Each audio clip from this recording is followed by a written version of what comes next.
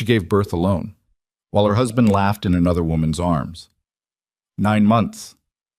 9 months of believing the most feared man on the East Coast had changed, that love, or something close to it, had finally cracked the stone he kept where his heart should have been. 9 months of convincing herself that the monster the world feared was capable of choosing something real over everything he'd built in blood and silence. She was wrong, and the moment she realized it, her water broke. If you've ever watched someone survive the unsurvivable, not with a weapon, not with money, not with power, but with nothing except the raw refusal to break, then stay with me. This is that story. Drop your city in the comments below so I can see how far this has traveled. Hit like if you believe some people deserve better than the life they were handed. And don't go anywhere, because what happens next will wreck you before it rebuilds you. The kiss should have told her everything. It didn't last long enough to mean anything. Dante pressed his lips against Serafina's forehead the way a man presses his hand against a door he's already decided to walk through. Out of habit, not intention. His mouth was cool. His cologne was fresh. His eyes, when she pulled back to look at them, were already somewhere else entirely. "How long?" she asked. 2 days. Maybe 3. He adjusted his cufflinks without looking at her. Platinum. She'd given them to him for their 3rd anniversary, back when she still believed anniversaries meant something in this life. The Milan crew is restless. Ferraro's been skimming, and everyone knows it. It needs to be handled face to face. Serafina nodded. She was 9 months pregnant, her ankles swollen, her back a constant low-grade fire, and she had learned long ago that nodding was sometimes the only language Dante recognized as agreement. Not because she was weak, because she was smart. There was a difference, though it had taken her years inside this world to understand it. "Take Marco with you," she said. "Already planned. And call me when you land." He paused at the bedroom door. For just a moment, a half second, the kind of thing you'd miss if you blinked, something moved across his face. Not guilt, exactly. More like the shadow guilt leaves behind after it's already gone. Then the moment closed, and Dante Moretti, the man who had built an empire on the principle that weakness was the only unforgivable sin, walked out of the room without looking back. Serafina stood at the window and watched the motorcade pull out through the iron gates. 3 black SUVs, tinted glass, the low rumble of engines designed not to be heard from the road.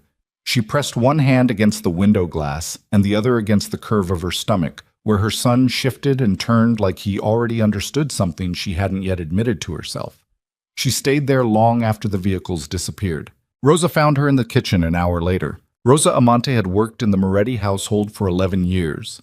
She was 63, built like a woman who had survived things she would never speak about, and she possessed the particular kind of loyalty that has nothing to do with payment and everything to do with respect. She set a cup of chamomile tea on the counter in front of Serafina without being asked, and then stood there with her hands folded in front of her apron, which meant she had something to say and wasn't sure how. "Rosa, Signora, whatever you're holding, just give it to me." The older woman reached into the front pocket of her apron and placed a small black memory card on the marble counter.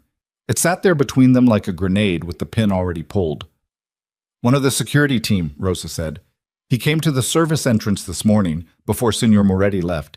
He said—" She stopped, cleared her throat. "He said you needed to see what was on this before you made any more decisions." Serafina looked in the card. She didn't touch it yet. "Who was it?" He didn't say his name. Young, scar on his chin. He looked— Rosa paused again, searching for the word. "Ashamed." Serafina picked up the card. "Leave me alone for a bit." "Signora Please, Rosa." She watched the footage on her laptop in the study with the door locked and the curtains drawn. The timestamp in the corner read 4 days ago. The location tag embedded in the file's metadata said, "Villa Serena, Positano, not Milan, not a summit, not Ferraro or the Milan crew or any business that required cufflinks and a rehearsed kiss on a Tuesday morning." The villa was beautiful in the way that things built to hide ugliness are always beautiful. Whitewashed walls, bougainvillea spilling over iron railings, the Mediterranean glittering behind the terrace like it had no idea what kind of conversations happened in front of it. Serafina recognized the property. She'd been shown photographs of it 3 years ago when Dante was considering purchasing it as a retreat. She'd told him it was too exposed, too visible from the hillside. He'd laughed and called her paranoid. He hadn't bought it, or so she'd believed. On the screen, Dante stood on the terrace in a white linen shirt she had never seen before. His posture was loose in a way she almost didn't recognize, relaxed in a manner he never allowed himself at home, as though the armor he wore everywhere else had been set aside only for this place, for this person. Celeste Romano stepped into frame from the left. Serafina had heard the name before, twice, maybe 3 times, in context designed to sound incidental. An old family friend, a business contact from the Romano side of things, a name dropped like a stone into still water, meant to sink without creating ripples. Celeste was beautiful in the way that certain women are beautiful when they know exactly how to use it. Dark hair pinned loosely, a silk robe, bare feet on the terrace stone. She moved toward Dante without hesitation, and he opened his arms for her with the ease of a man receiving something he had been waiting for.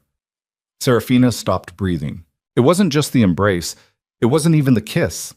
Though the kiss was long and deliberate and completely devoid of the performance that Dante brought to everything else in his life. It was the way he laughed afterward, a real laugh, low and unguarded, the kind Serafina had heard maybe 4 times in 5 years of marriage and had spent months trying to earn again after each one. He gave it to Celeste Romano for free. She forced herself to keep watching, 47 minutes of footage, and she watched all of it. She owed herself that much. By the end, her tea was cold and untouched, and her hands had stopped shaking because she had moved past the part of grief where the body trembles and into the part where it simply goes still. She closed the laptop, sat in the silence of the study that Dante had designed himself, lined with books he never read, furnished with the kind of serious wood that serious men surrounded themselves with to look permanent. Nothing in this room was actually hers. She understood that now with a clarity that was almost clinical. 5 years, and she had occupied a space inside his empire without ever truly inhabiting it. She had been a choice that made sense. A wife from a respected family, beautiful enough to be displayed, intelligent enough to be useful, compliant enough to be safe. She had mistaken his calculation for evolution, had mistaken his occasional tenderness for the beginning of something real. The baby shifted again. Hard this time, a roll that pressed against her ribs and pulled her back into her own body. She stood up. She went upstairs and changed into flat shoes and a dark coat. She told Rosa she needed air. Rosa looked at her face and did not argue. She drove herself. That was the first deliberate choice, and she felt it register in her chest as she pulled out of the estate's secondary gate, the one the staff used, the one without cameras pointed at the exit. Dante's people monitored everything through the main entrance. He'd designed it that way. Control presented as protection, surveillance disguised as care. She drove toward the coast, and she already knew where she was going before she consciously admitted it, because some part of her had known since the moment she saw the property tag in that metadata. Villa Serena, Positano. The drive took 40 minutes. Her back ached through all of them. The contractions she'd been experiencing on and off for 2 days were irregular, still manageable, the kind her doctor had described as preparatory, the body rehearsing for what was coming. She breathed through each one and kept driving, because stopping was not a thing she was capable of right now. She parked on the hillside road above the villa in the shade of an ancient olive grove that smelled of dust and salt and dry summer heat. She didn't need to get close. She had a clear line of sight to the terrace from here, and she had thought to bring the compact binoculars she kept in the glove box since the early years of the marriage, back when paranoia was a survival skill and not yet a way of life. Dante was on the terrace. Celeste was beside him. They were laughing about something, a shared joke, or maybe just the particular lightness of people who believe themselves to be hidden and therefore free. Serafina watched the way his hand rested on the small of Celeste's back, proprietary, comfortable, the gesture of a man at home. The way Celeste leaned into his shoulder, the glasses of wine catching the afternoon light. Serafina lowered the binoculars. She sat with it for a moment. The betrayal, the humiliation, the particular brutality of being shown the truth you had already suspected and kept yourself from believing because the alternative was too catastrophic to hold. She sat with all of it without crying, which surprised her, and then understood that tears required a kind of softness she had apparently already spent. Then the pain hit, not the low, steady ache she'd been managing. This was different, a tightening that started at the base of her spine and wrapped around her entire abdomen like something clenching its fist inside her body. She gripped the steering wheel, breathed, counted. The contraction peaked and eased, and in the silence afterward, she felt the unmistakable warm rush that every woman who has ever been 9 months pregnant recognizes with instant and absolute certainty. She looked down. Her water had broken. She was alone on a hillside road above Positano with no bodyguards, a dead phone battery she hadn't noticed, a husband 40 meters below her laughing with his mistress, and a son who had apparently decided that this specific moment, this brutal and precise intersection of betrayal and biological inevitability, was the right time to enter the world. She started the car. She did not look down at the villa again. She pulled onto the road, heading north toward the nearest hospital, and she drove with both hands on the wheel and her jaw locked against the pain. And she did not call for Dante because somewhere on that hillside, watching him through those binoculars, she had already made a decision she hadn't yet put into words. But it was made, solid and final as anything she had ever known. The contractions came harder as she drove, minutes apart now. She breathed through them the way you breathe through things that are going to happen regardless of whether you are ready, not because you accept them, but because you are still alive. And alive, things keep moving. The road wound down out of the hills toward the coast highway, and the Mediterranean appeared below her, enormous and indifferent and blindingly beautiful in the late afternoon light. And Serafina Moretti pressed the accelerator down and drove toward the life that was already beginning without her husband's knowledge or permission. Behind her on the terrace, Dante refilled Celeste's glass and said something that made her laugh again. His phone, sitting face down on the table beside him, showed 4 missed calls from a number he had set to silent. She made it to the hospital. Barely. The emergency intake nurse at the front desk took one look at Serafina, the expensive coat, the swollen belly, the expression of a woman operating entirely on controlled fury, and had a wheelchair there within 30 seconds. Serafina surrendered to it because her legs had started shaking in the parking lot, and she was not interested in collapsing on a linoleum floor. "Is someone coming?" the nurse asked, already moving, already efficient. "No," Serafina said. The nurse glanced at her. "Is there someone we can call?" "My sister." She gave Valentina's number from memory. "Tell her to come now. Don't tell her why. She'll panic and drive into something." The nurse almost smiled. "And your husband?" Serafina looked straight ahead as they moved through the corridor toward labor and delivery. "Unavailable," she said. It was the most honest thing she had said about Dante Moretti in 5 years. Valentina Val arrived 40 minutes later with her hair still wet from a shower and her shoes on the wrong feet, which told Serafina that the nurse had told her why, despite explicit instructions not to. She burst through the labor room door at a speed that suggested she had run at least part of the way from the parking structure, stopped dead when she saw her sister in the hospital bed, and then crossed the room and took Serafina's hand without saying a single word, which was unusual for Valentina, who had strong opinions about most things and no particular discipline about sharing them. "Don't," Serafina said. I wasn't going to say anything." "You were." "I was going to say—" Valentina stopped. Her jaw tightened. She was 26, 7 years younger than Serafina, and she had never trusted Dante Moretti. She had said so exactly once, at the engagement dinner, in a speech that had been intended as a toast and had turned into something else entirely before anyone could stop her. Dante had laughed it off. Serafina had been mortified. Valentina had been proven right and had been gracious enough not to say so until this moment, which, given the circumstances, Serafina appreciated. "Where is he?" Valentina said. It wasn't a question. "Positano." A pause. "Positano." "Yes." Valentina looked at the door. Her expression went through several things in quick succession before settling into something flat and deliberate. "Okay," she said. "Okay." She pulled her chair closer to the bed. "Then let's have this baby." The labor was 14 hours.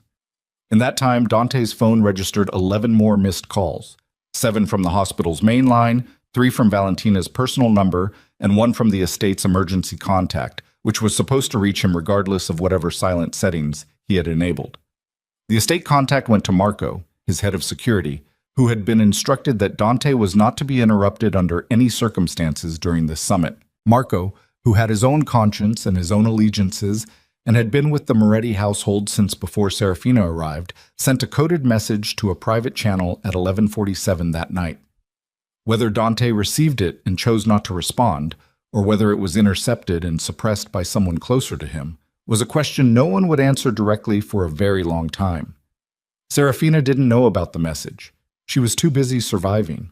14 hours, and in the 9th hour, something shifted in a way the monitors registered before the nurses said anything, and there was a flurry of urgent movement and lowered voices, and a physician appearing who hadn't been there before, and Valentina's grip on Serafina's hand tightened until the bones protested, and neither of them let go. Serafina did not scream. She made sounds that were not quite screaming. Low, pressurized, the sounds of a body doing something that requires everything it has. And she fixed her eyes on a point on the ceiling and stayed inside herself the way she had learned to do in the years of her marriage, when the world outside became something she could not control. Hold on, she told herself. Not to him. Not to any of it. Just hold on to this. At 3:18 in the morning, Leon Moretti entered the world. He was furious about it. He announced his displeasure immediately and at considerable volume, and the sound of it, raw and new and completely unafraid, hit Serafina somewhere so deep she lost the composure she had been maintaining for 14 hours and just let it go, all of it, in one long shaking exhale that was not quite crying and not quite relief and was something that didn't have a name yet. They placed him on her chest. He was red and furious and small in the particular way that newborns are small, not fragile but concentrated, like something that has been compressed from a much larger force into this temporary and astonishing shape. She looked at his face. She had not known, until this moment, what she was capable of. Valentina was crying openly, making no attempt to stop, her mascara destroyed, saying things under her breath in a mix of English and Italian that included several words their mother would have scolded her for. Serafina looked at her son. Then, with her free hand, she reached down and removed her wedding ring. She held it for a moment, and 5 years of weight, of promise, of everything she had believed and endured and chosen to keep choosing. She felt its edges, the small cold fact of it in her palm.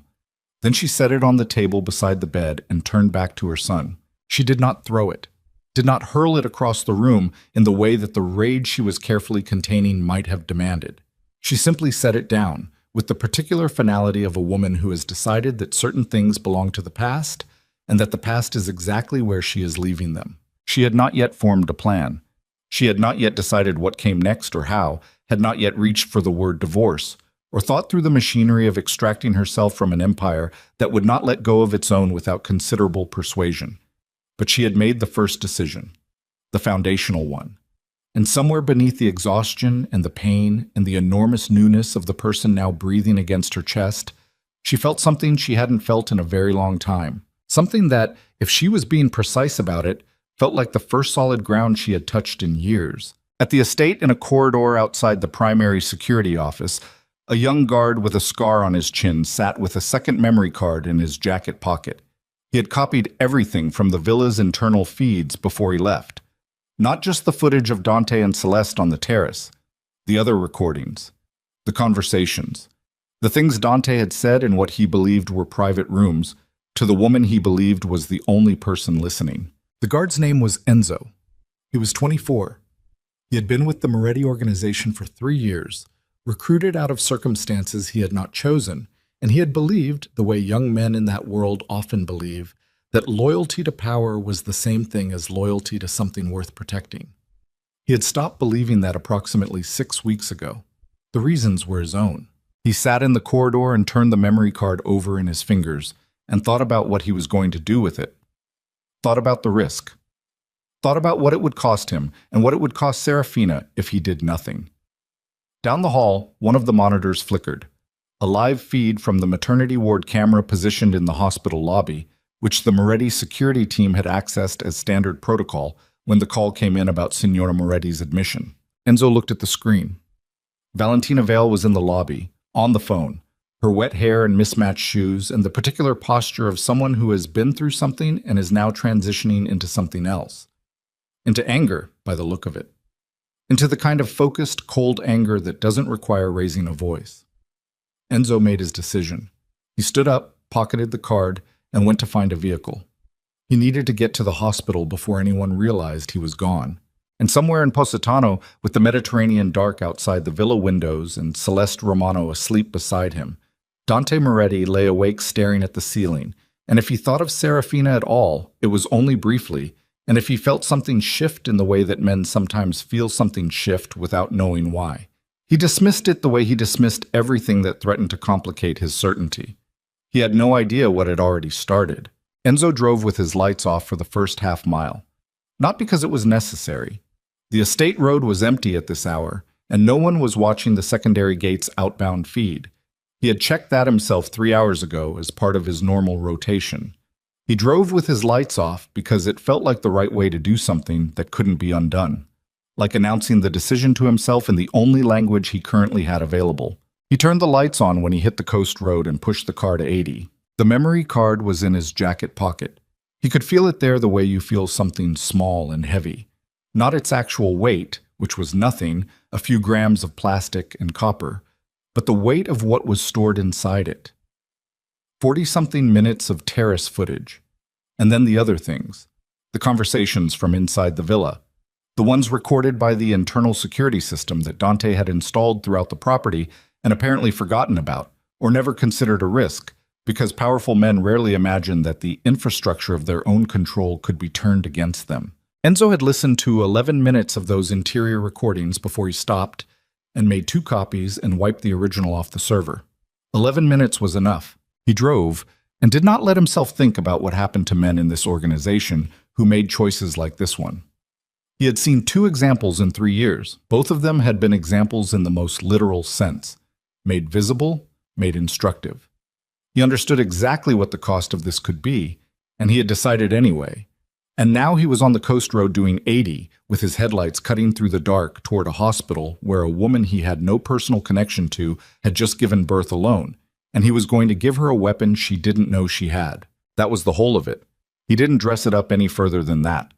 The hospital came into view at 4:40 in the morning. Valentina was still in the lobby when he arrived. She had changed position, no longer on the phone, now sitting in one of the plastic chairs near the entrance with a paper cup of something hot, and her elbows on her knees and her eyes on the floor. The expression on her face was the expression of someone who has been through the acute phase of something terrible and has arrived at the long, flat aftermath where the mind starts doing the accounting. She looked up when Enzo pushed through the entrance doors. She recognized him immediately, which told him that Serafina had been more observant about the household staff than Dante ever gave her credit for. Valentina's eyes went from his face to his hands to the jacket pocket where the card was and back to his face, and she did not stand up. "You're the one who gave Rosa the first card," she said. "Yes, she told me." Valentina's voice was flat, controlled in the specific way of people who are controlling it with effort. "She said you looked ashamed." "I was." "Past tense?" Enzo sat down in the chair across from her without being invited. "I'm past the part where feeling bad about it does anything useful." Valentina looked at him for a long moment. She was younger than he'd expected up close, mid-20s, sharp-featured, with the particular alertness of someone who had grown up adjacent to danger and learned to read rooms as a survival skill. "What's on the second one?" she said. "Recordings from inside the villa. Interior feeds." And he talked. Inside the villa, he talked like someone who believed he was alone. Enzo kept his voice level.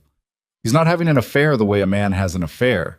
It's not new. It's not a mistake he made and is managing. It's... The other thing is the real thing, and your sister is the managed part of his life." The silence between them had texture. "How long?" Valentina said. "Based on what I heard, at least 2 years. Maybe longer. The Romano woman has been a fixture. The villa is in her name, but financed through 3 shell accounts that run through the syndicate's operating funds." He paused. "He's been paying for her life out of family money." Valentina set her paper cup down on the chair beside her very carefully, the kind of careful that means the hands are not fully trustworthy at the moment. "And the baby," she said. "Did he say anything about the baby?" Enzo was quiet for a moment. "That's on the card," he said. "I think you should decide with your sister whether she wants to hear it directly or whether you want to tell me." Valentina, tell me right now. Her voice didn't rise. That was worse somehow than if it had. I need to know what we're dealing with before I walk back into that room. She just gave birth. She has maybe 4 hours before she asks me something I have to answer, and I need to know exactly what I'm answering. Enzo looked at the floor, then at the ceiling, then at the woman across from him who was waiting with the stillness of someone who already knows the answer is going to be bad. He said it was a complication, Enzo said. That's the word he used, complication. He told her the child would make certain future plans more difficult to execute. He used the word liability at one point. He stopped, forced himself to finish it. And he said that he had made a decision several months ago that his future, the long-term structure of it, was going to be built around the Romano woman, not your sister. That the marriage had served its purpose for the family's public legitimacy, and that fatherhood was... He stopped again. Say it. A role he had never intended to actually perform. The lobby was quiet. Somewhere down a corridor, someone was pushing a cart with a squeaky wheel. The fluorescent light above them buzzed at a frequency that was just barely audible. Valentina picked her cup back up, took a sip of whatever was in it, set it down again. Her jaw was doing something complicated. Give me the card, she said. It's for your sister to... I know whose it is. She held out her hand. Her voice had gone somewhere very cold and very precise, the way metal goes when the temperature drops far enough. Give it to me and I'll make sure she gets it when she's ready. You've done what you came to do. Now go somewhere safe, because when this breaks, and it is going to break, Dante is going to look for the leak, and you need to not be findable. Enzo looked at her outstretched hand. He placed the card in it. There are copies, he said, in places he can't reach. Good. She closed her fingers around it. Don't tell me where. He stood up, hesitated. Is she? How is she? Valentina's expression shifted for just a moment. Something moved through it that was softer than everything else, and then it was gone. She had her son, she said. She's alive. She's... A pause. She's going to be the most dangerous person in that man's life, and she doesn't even know it yet. Enzo nodded. He walked back through the lobby doors into the pre-dawn dark. He did not look back. Leon slept in the bassinet beside Serafina's bed, with the complete and immediate unconsciousness of someone who has no idea what world he has arrived in and is reserving judgment. Serafina was not sleeping. She was lying in the inclined hospital bed with the lights dimmed and her hands folded over the blanket and her eyes open, running through the architecture of her situation with the methodical focus she had once used to manage the logistics of Dante's public appearances and family functions. The same mind, redirected. She was cataloging assets, leverage, vulnerabilities. The habits of 5 years inside an empire that ran on information could not be entirely unlearned, and right now those habits were the most useful things she possessed. What she had, her family name, which still carried weight in certain circles, independent of her marriage. A personal account that Dante had set up for household management that held approximately 400,000 in accessible funds. Not untouchable, but accessible. Valentina, who was loyal and smart and underestimated, which in this world was almost as good as being invisible. The loyalty of certain household staff.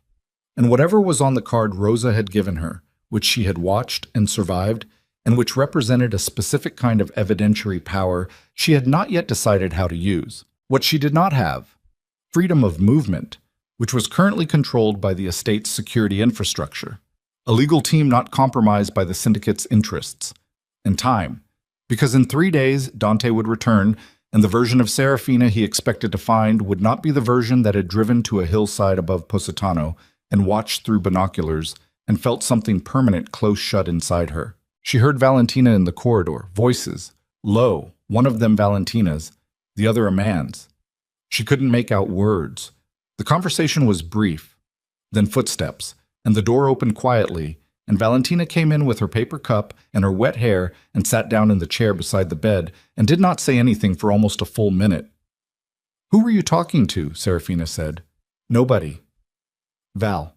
Valentina looked at her, the particular look of a younger sibling caught between honesty and protection, the calculation visible on her face, the decision to tell the truth arriving because she knew Serafina well enough to know that being protected from information was the one thing her sister could not afford right now. One of his guards, Valentina said. The one with the scar. He brought something else. Serafina looked at the ceiling. Another card. Yes. Interior footage. Recordings. Valentina's voice was careful. Conversations from inside the villa. The bassinet made a small sound. Leon shifting, resettling. Both women looked at him automatically, and the moment lasted long enough that Serafina understood Valentina was giving her a chance to say, "Not now. I don't need it yet. Let me have this for a few more hours." And she appreciated it. She genuinely did. "Give it to me," she said. Give it to me, Valentina. I'm not going to manage this from inside a comfortable lie. I already know it's bad. Whatever's on there, I already know the shape of it. I just need the details." Valentina pulled the card from her pocket and held it for a moment. "Some of it is about Leon," she said. "I need you to know that before you watch it. There are things he said about the baby that—" She stopped. "I need you to be braced for it." Serafina looked at her son, red-faced and sleeping and entirely unaware that the man whose name he currently carried had referred to him as a liability. "I'm braced," she said. She watched it on Valentina's phone with the volume low and her sister's hand on her arm, and what she felt watching it was not the raw devastation of the terrace footage from the afternoon before. That had been the shock, the first split of something she'd believed was solid. This was different. This was the confirmation delivered in his own voice, unhurried, to a woman who laughed softly in the background while Dante Moretti laid out the architecture of his actual intentions with the casual specificity of a man who has thought this through carefully and sees no reason to be anything other than direct about it. "The child complicates the timeline," he said, somewhere in the recording from what sounded like a kitchen. Dishes in the background, the clink of a glass. "I'll deal with the legal structure when the time comes. There are ways to manage inheritance and custody that don't require me to be present for any of it." Celeste said something Serafina couldn't fully make out. Dante laughed. "She'll take whatever I offer her, Sella. She always has. That's the whole point of her." Serafina pressed pause. She sat with it. She handed the phone back to Valentina, lay back against the pillow, and looked at the ceiling, and the ceiling offered nothing, which was appropriate. "Okay," she said. "Okay." Valentina's voice was tight. "What does that mean?" "It means I'm done." She said it without drama, without the theatrical weight that the moment might have deserved. She said it the way you say something that is simply, finally true. "I'm done being managed. I'm done being the part of his life that serves a function. I'm done." She turned her head to look at her sister. "I need Luciano." Valentina blinked. "De Luca? He's been opposed to the direction of the syndicate for 2 years.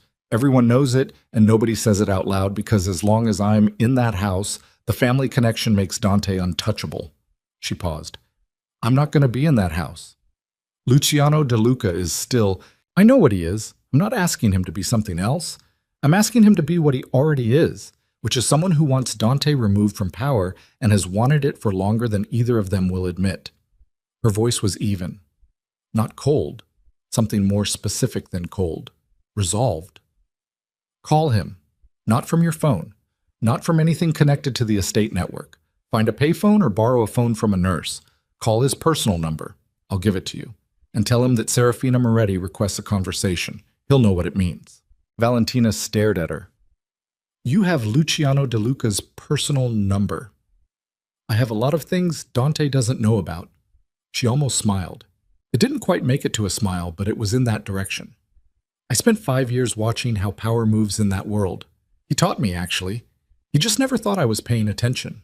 Luciano De Luca was 71 years old and had been in the life since he was 17, which meant he had outlasted 4 bosses, 2 federal investigations, and 1 attempt on his life that had left him with a barely perceptible drag in his left foot that he managed by moving slowly and deliberately, which people frequently mistook for wisdom. He was in fact also wise, but he would have told you the limp came first. He received the message through an intermediary at 7 in the morning and called the number he'd been given, a nurse's personal cell that the nurse had offered without asking questions because Valentina Val had a way of making requests sound reasonable, at 7:14. Serafina answered on the second ring. "Luciano," she said. "Signora Moretti." A pause. I understand congratulations are in order. I need to speak with you. In person. Soon. I understand. Another pause, longer this time. She could hear him thinking, the quality of the silence, the measured way he breathed when he was arranging things in his mind. I have been waiting for a call like this for some time. Then you know what I'm going to ask. I believe I know part of it. His voice was old and careful and completely without sentimentality. This was a man who had watched the syndicate built and had watched it begin to rot and had the particular grief of someone who has loved a structure more than the man at the top of it. The other part, I imagine, will require a conversation. Can you come to the hospital? Not today. Not directly. There are eyes on my movements, as there always are. A pause. Day after tomorrow. There is a restaurant in Amalfi, the one your sister knows. She had lunch there with a friend of mine last April. Tell her to book a table for noon. Don't bring anyone from the estate. I won't have anyone from the estate. That's rather the situation. A beat of silence. Then, quietly, I'm sorry, Signora, for what you have endured and for what you watched last night from that hillside. The fact that he knew about the hillside told her everything about the reach of Luciano De Luca's information. It should have alarmed her. Instead, it simply confirmed that she was moving in the right direction. Don't be sorry, she said. Be useful. He made a sound that might have been the closest he came to a genuine laugh. Yes, he said. That I can manage.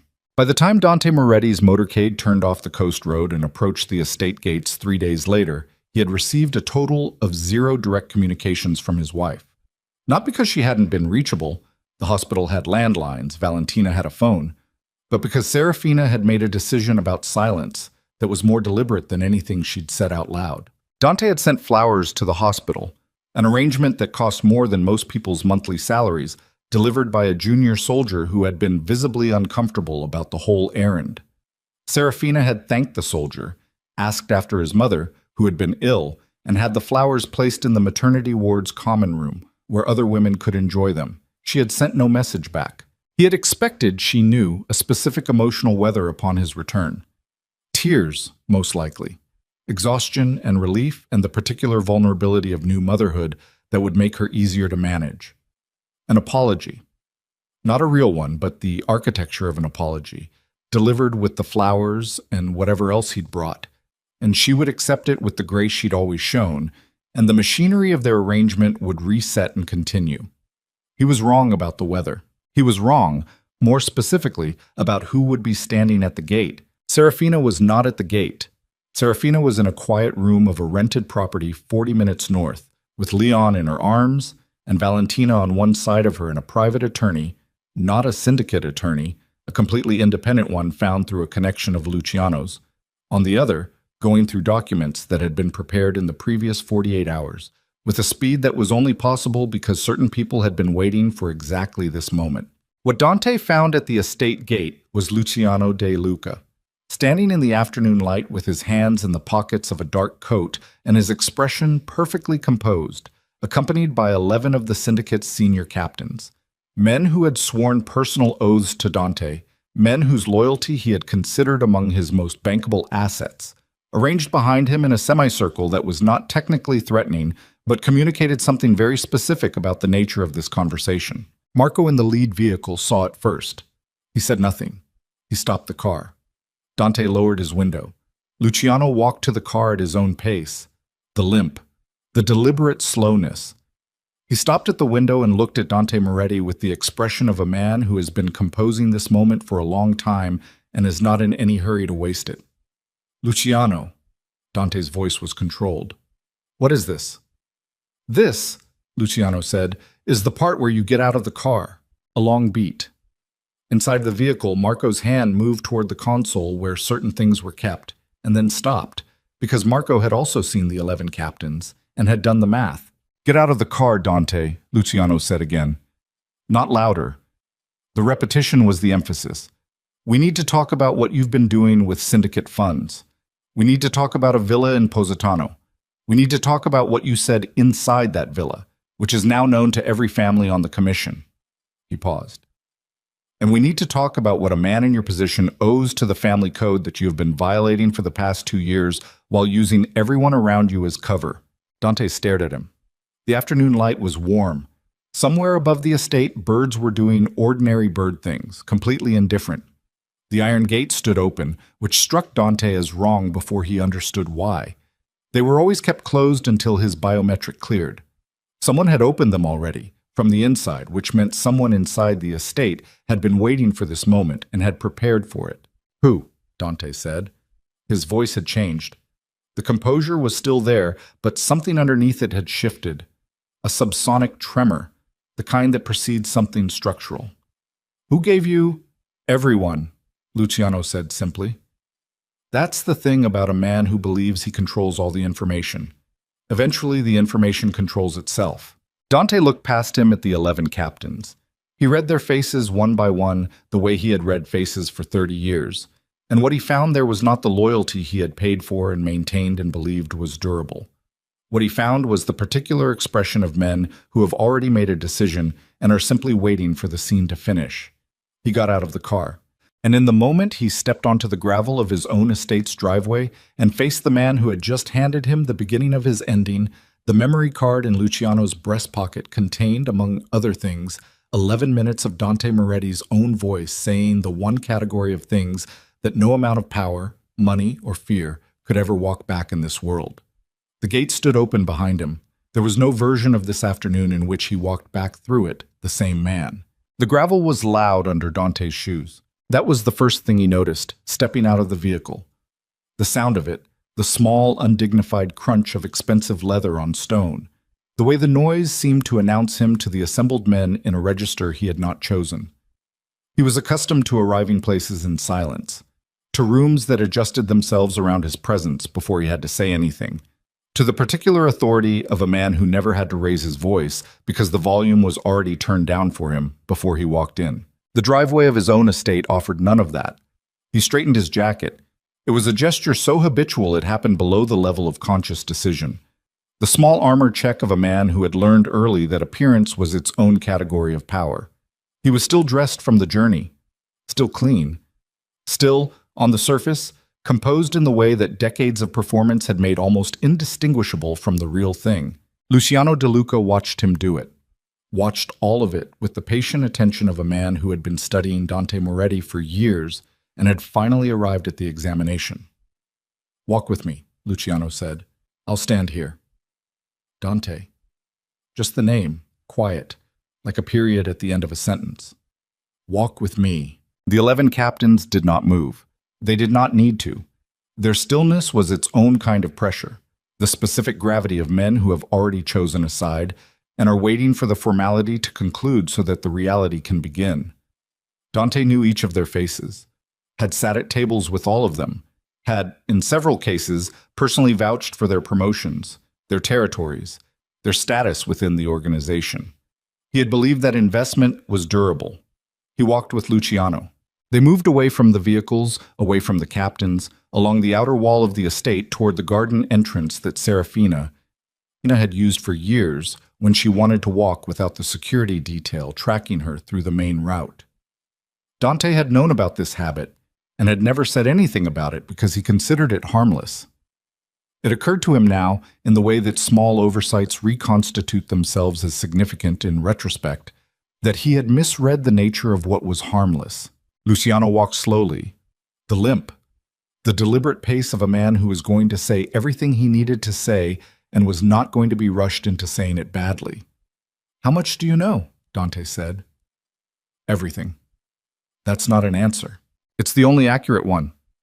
Luciano stopped at the garden wall and turned to face him. Up close, in the afternoon light, he looked his age in a way he didn't from a distance. The deep-set lines, the milky quality at the edge of his eyes, the hands that had done things and then stopped doing them and carried the history of both.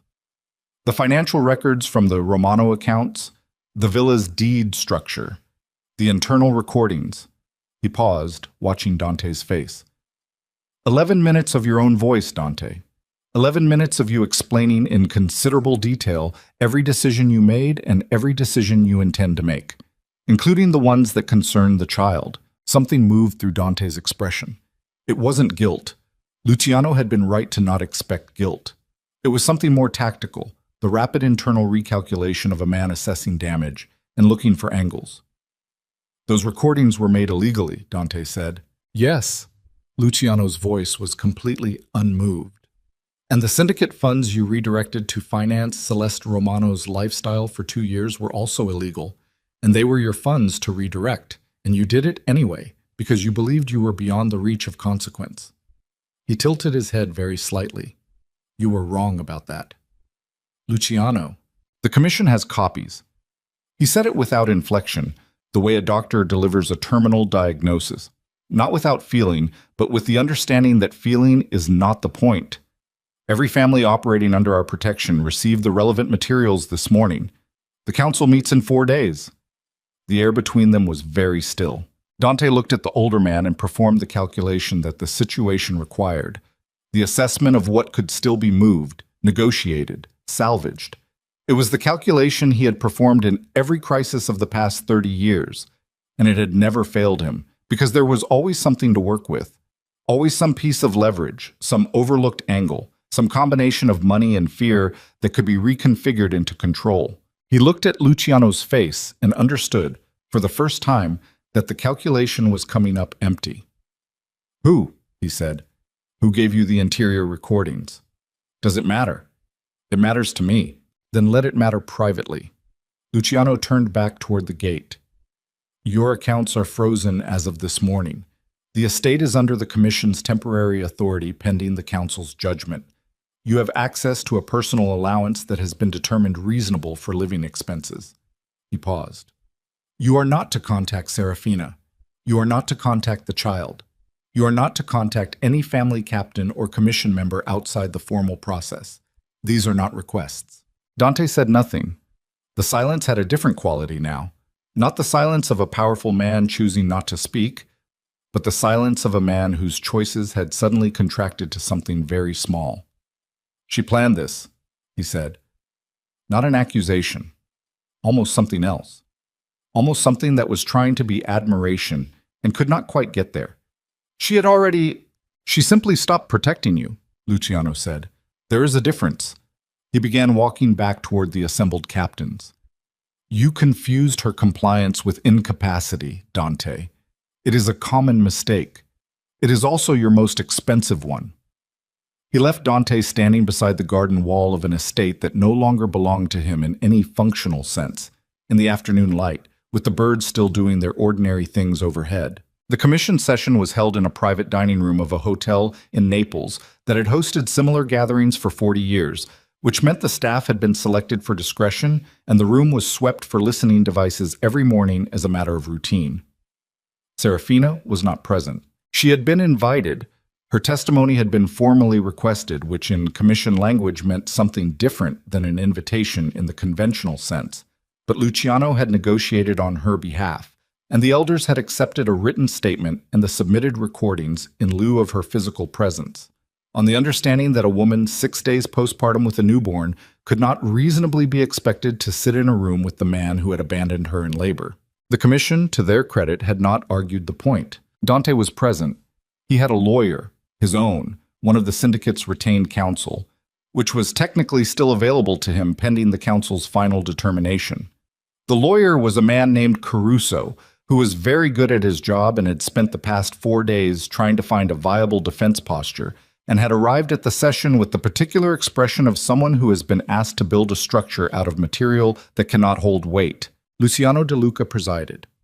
He read the charges: the financial misappropriation, the abuse of syndicate resources, the public violation of family code through the abandonment of a pregnant wife, and the recorded statements regarding his own child. He read them in the same measured, unhurried tone he used for everything, as though the severity of the words required less emphasis, not more. When he reached the section containing Dante's recorded statements, he played them. The room listened.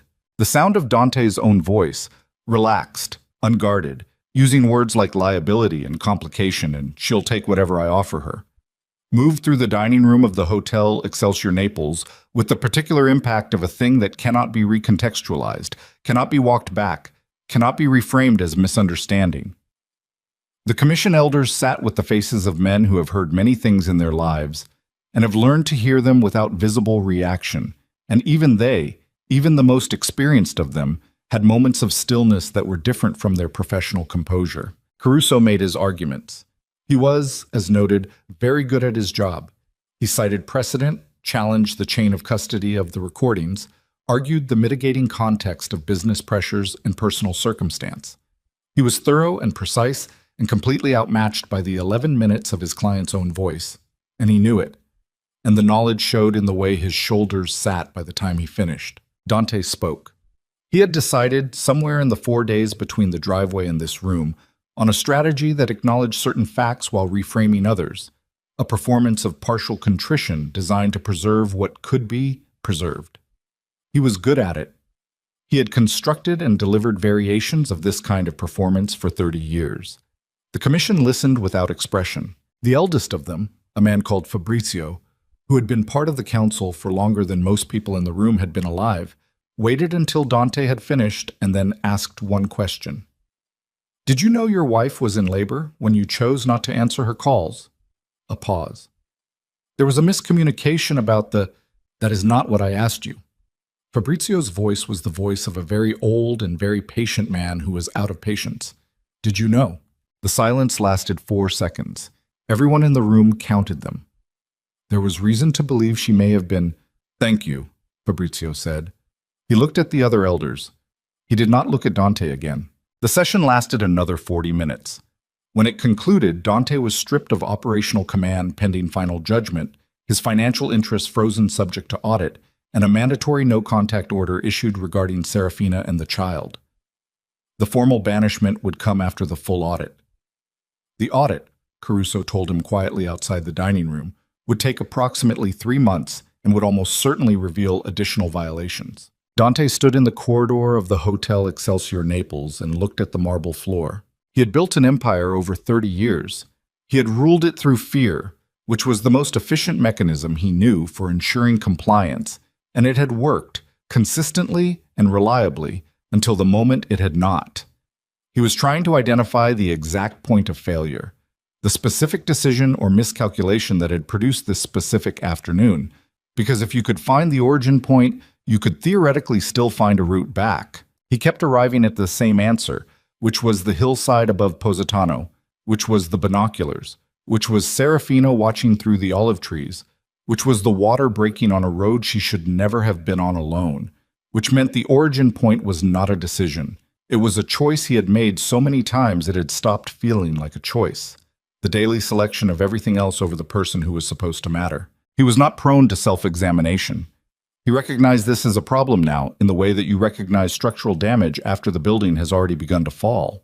His phone showed 37 missed calls over the past 4 days, from soldiers and captains and business contacts and 2 politicians who owed him favors and were rapidly recalibrating what that relationship was worth.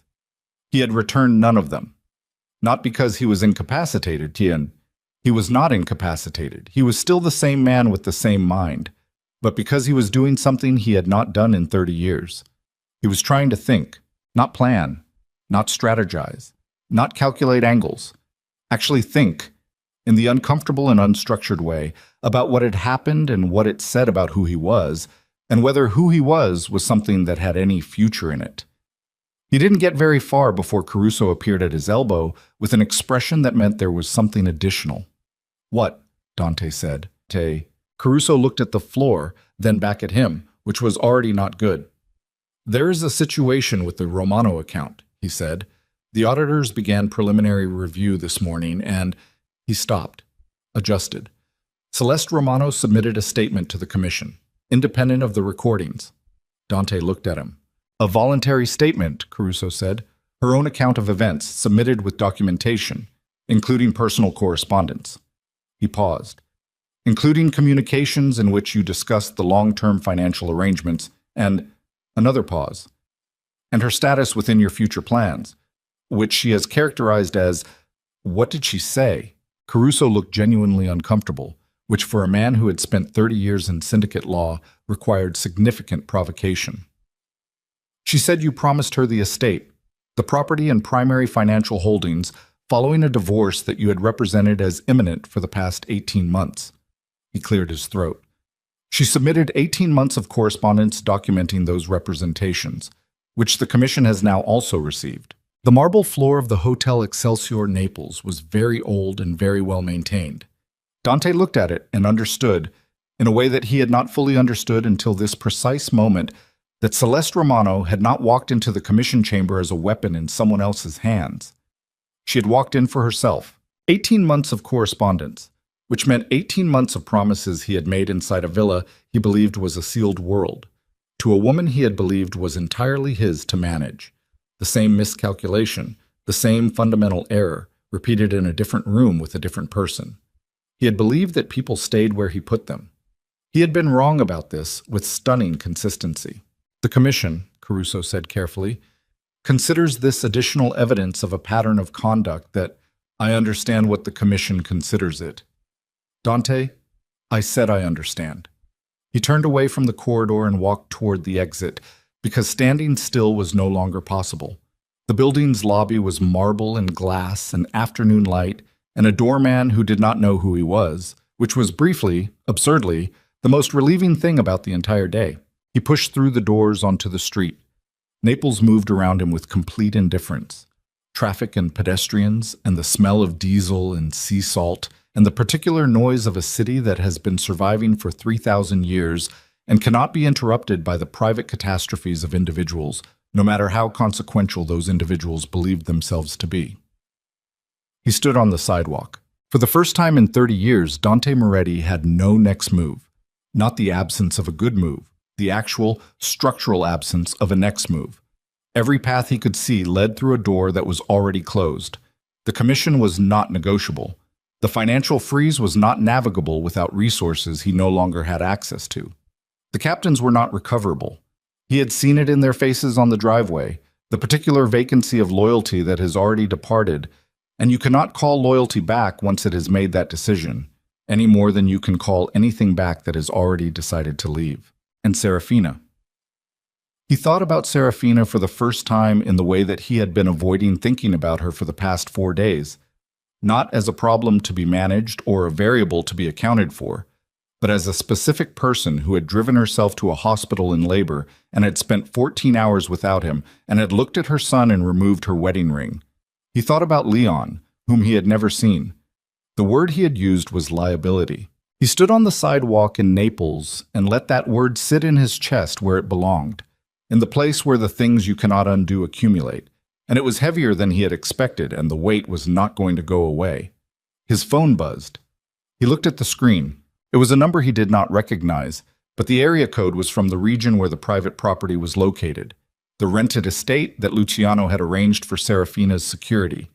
He knew this because he had, through channels that were not yet completely closed to him, determined its approximate location. Not because he intended to violate the no-contact order. He told himself this with the particular conviction of a man who is not yet sure it is true. He looked at the number. He did not answer. The phone stopped buzzing. A moment later, a message appeared. Not from that number, but from an address he recognized as part of the Commission's formal communication channel. 2 sentences. Preliminary audit complete on Romano accounts. You need to see what we found before the full session. He stared at the message. Caruso appeared through the hotel doors behind him, slightly breathless, holding his own phone with an expression that had moved well past discomfort into something that looked like genuine alarm. What did they find? Dante said. Caruso stopped beside him on the sidewalk. He looked at the traffic. He looked at his phone. He looked at Dante with the expression of a man who has delivered bad news professionally for decades and has not previously encountered a situation that exceeded his capacity for clinical delivery. The Romano accounts, he said. When the auditors went through the full structure, he stopped. Celeste Romano has been running a parallel set of books. For the past 3 years, she has been redirecting funds from the accounts you set up for her into a separate network of holdings. The auditors estimate. He checked his phone screen again, as though hoping the number had changed since he last looked. Somewhere between 8 and 11 million, over 3 years, systematically extracted through the same shell structure you built for her, using authorization codes she obtained from your correspondence. The street noise continued. A bus passed. A woman with a stroller navigated around them without looking up. She had access to the codes, Dante said. His voice was absolutely flat. You gave them to her, Caruso said. In writing. Approximately 22 months ago, in a message where you were explaining the account structure. She retained the codes and began using them 6 weeks later. Dante looked at the street. The woman he had chosen over his marriage, over his son's birth, over 30 years of built infrastructure and sworn loyalty, and the family code that had organized his entire existence. The woman for whom he had used the word real inside his own mind, in the private moments he had not recorded but which had existed nonetheless. The woman to whom he had given codes and correspondence and promises and 18 months of documented future plans. Celeste Romano had not loved him. She had managed him. With precisely the tools he had used on everyone else, patience, strategic access, the weaponization of what a person most wanted to believe about themselves. She had positioned herself, extracted what was extractable, and when the structure began to collapse, she had been the first one through the commission doors. Not because she wanted justice for Serafina, because she had already gotten everything she came for, and testimony cost her nothing, and distance from a sinking man was its own form of asset protection. Dante Moretti, who had built an empire on the principle of never being played, had been played, comprehensively, for 3 years, by a woman he had handed the tools to with his own hands because he had been so certain of his own invulnerability that the concept of being on the receiving end of his own methods had genuinely never occurred to him. He stood on the sidewalk in Naples and felt the specific quality of a humiliation that has no bottom, the kind that keeps extending downward every time you believe you have found the floor. Caruso was still talking. Something about the audit timeline, the commission's additional findings, the revised scope of the financial freeze. The words arrived and registered and did not connect to anything actionable because there was nothing actionable. The situation had passed through the stage of being a crisis, which implies the possibility of management, and had arrived at the stage of being a reckoning, which implies nothing except the requirement to survive it or not. His empire was gone. His allies were gone. The woman he had sacrificed everything for had taken a specific and calculated percentage of everything and walked into a commission chamber and testified against him with the composure of someone who had rehearsed it. And somewhere 40 minutes north, in a quiet rented property surrounded by people who were loyal to his wife and not to him, his son was 7 days old and had never heard his father's voice. Caruso, he said. Yes, I need to see him. A pause. The commission order. I know what the order says. He turned to face the lawyer. 4 years. Give me 4 years to understand what I did and what I owe, and then I need to see my son. His voice was not the voice he used in boardrooms or at commission tables, or on the phone with politicians who needed reminding of what they owed him. It was a different register entirely, stripped of the performance, smaller, with something underneath it that he had not let surface in so long he almost didn't recognize it as his own. Tell me there's a legal mechanism. Tell me there's a path. Caruso looked at him for a long moment. There is always a path, he said carefully. But the path begins with the commission's final judgment, and the judgment will require a period of exile, and the exile will require... He chose his next words with the precision of a man who understood that precision was the only mercy available right now. It will require you to become someone the commission believes is genuinely different from the man who stood in that session today. Not a performance of difference, the actual thing. Dante looked at the street. How long? He said. 4 years, minimum. Possibly more. He nodded. The nod was the motion of a man accepting terms he cannot negotiate, which was a position he had never been in before this week and which fitted him badly, like a coat made for someone with different dimensions. But he put it on, because the alternative was losing the last thing, the one thing he had not yet fully lost, the one thing that had not walked into a commission chamber or extracted funds through shell accounts or driven itself to a hospital alone, and that thing was 7 days old and had never been given the chance to decide whether its father was worth knowing.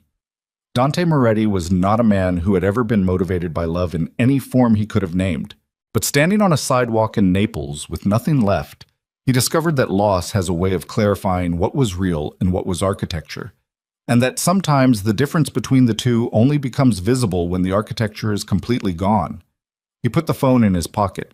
He began to think, for the first time, not about what he could recover, but about what he would have to actually become if 4 years from now the answer to one specific question was going to be anything other than 4 years is a long time to become someone else.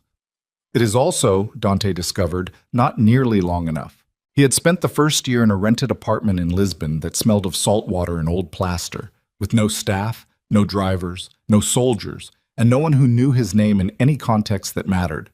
Caruso had arranged it. A clean identity, a modest allowance drawn from the single account the commission had released to him, and a set of conditions so specific they left no room for the kind of creative interpretation Dante had spent his life practicing. No contact with commission families, no contact with former captains, no contact with Serafina or the child. Monthly check-ins with a commission representative named Gallo, who was 41 and humorless, and took his assignment with the grim dedication of a man who considered oversight a calling. Dante had not violated the conditions. This surprised him more than it surprised anyone else. The second year he had started running, not for fitness, he had never been undisciplined about his body, but because the apartment at 6 in the morning had a quality of silence that he had not yet learned to inhabit without motion. He ran the Lisbon waterfront in the pre-dawn dark, through the fishing district where men worked without looking at each other, and the anonymity of it was the first thing in his exile that felt like something other than punishment. The third year he had begun, with a deliberateness that embarrassed him, to think about his son. Not strategically, not in terms of legal mechanisms or commission timelines or Caruso's careful map of the path forward. He had begun to think about Leon the way a man thinks about something he has not yet earned the right to want, with a kind of stripped-down longing that had no performance in it, because there was no one watching. He had seen 2 photographs, not obtained through any violation of his conditions. Luciano de Luca, who maintained a formal correspondence with Dante through the commission channel, had included them without explanation in the 4th month and the 22nd month check-ins. A child in a garden, a child laughing at something outside the frame, both photographs taken from a distance, clearly not staged for him, clearly just evidence that the boy existed and was well and was growing up in the light. Dante had kept both photographs in the front cover of a book he did not otherwise read. He looked at them on difficult mornings. By the 4th year, he had formed a sentence that he intended to say if he was ever given the chance to say it, and he had turned it over so many times that he knew every edge of it, and he still had not found a version that felt adequate, which meant it was probably as close to honest as anything he had ever prepared to say in his life. The commission hearing was held on a Thursday in the same hotel in Naples where his stripping had been formalized 4 years prior. Dante arrived by train, alone, in a dark jacket that was not expensive, carrying a bag that contained 2 changes of clothes and the book with the photographs. Gallo met him in the lobby with the expression of a man completing a transaction. "How do you want to do this?" Gallo said. "However the commission requires." Gallo looked at him for a moment. The assessing look he had been applying monthly for 4 years, reading for the thing that would indicate the rehabilitation was performance rather than substance. He had not found it yet. This seemed to produce in him not satisfaction, but a kind of cautious suspension of judgment, which Dante had come to understand was the most he was going to get from this particular man. "You'll speak first," Gallo said. "Then the elders deliberate. Then they call you back in for judgment." "Is Serafina present?" "No." He nodded. The nod was steadier than he expected. The chamber was the same private dining room, the same elders, minus one, Fabrizio, who had died of a stroke 14 months ago at age 81, which Luciano had communicated through the formal channel with a one-line note that contained nothing except the fact. Dante had sat with that information for a day before realizing he was mourning the old man, which was unexpected and uncomfortable and probably true. Luciano was present. He sat at the far end of the elder table and looked at Dante with the expression of a man who has been watching a particular story for a long time and has not yet decided how it ends. Dante stood before them and delivered the statement he had prepared. It was not the statement he would have delivered 4 years ago. It did not argue, deflect, reframe, or negotiate. It did not cite mitigating circumstances or challenge the legitimacy of the proceedings. It was, as Caruso had advised with the specificity of a man who had reviewed many such statements, a direct accounting. What he had done, what it had cost, what he understood now that he had not understood then. He said the word liability out loud, referring to his own son. He said it slowly and let it sit in the room, because he thought the commission elders deserved to see that he knew exactly what he had said and was not attempting to rehabilitate it with language.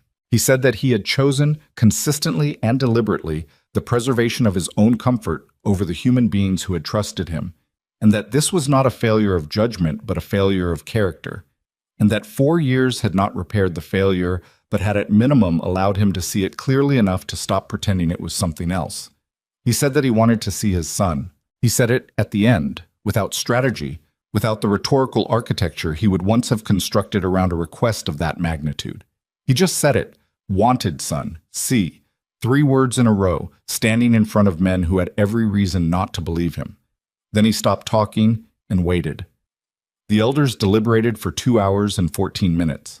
The session resumed at 4 in the afternoon, and Dante was called back into the chamber, and the eldest remaining member of the commission, a woman named Adriana Sardi, who had held a council seat for 6 years and had the particular authority of someone who has spent decades in a world that told her she didn't belong in it, read the judgment without preamble.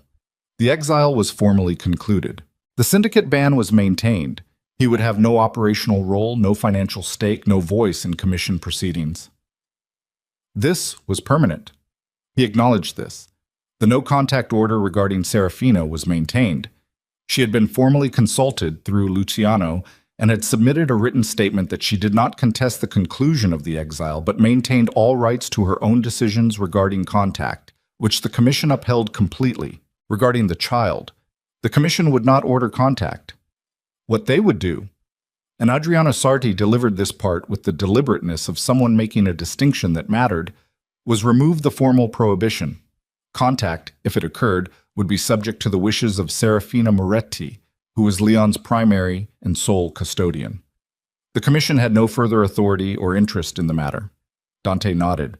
Luciano caught his eye from the end of the table, a look that communicated several things in the compressed language of men who have known each other a long time.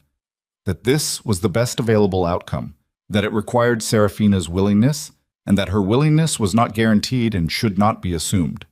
Dante already knew this. He walked out of the Hotel Excelsior Naples into a Thursday afternoon that smelled like exhaust and late summer and the distant salt of the bay, and he stood on the sidewalk in almost exactly the position he had stood 4 years ago, and the city moved around him with the same indifference, and he reached into his jacket and touched the spine of the book with the photographs and thought about what came next. What came next was Serafina, which meant what came next was entirely out of his hands. He sent a letter, not through Luciano, not through Caruso, not through any channel that could be characterized as organizational or strategic. He wrote it himself on paper, by hand, which he had not done since he was a young man who didn't yet have assistants to do his writing for him.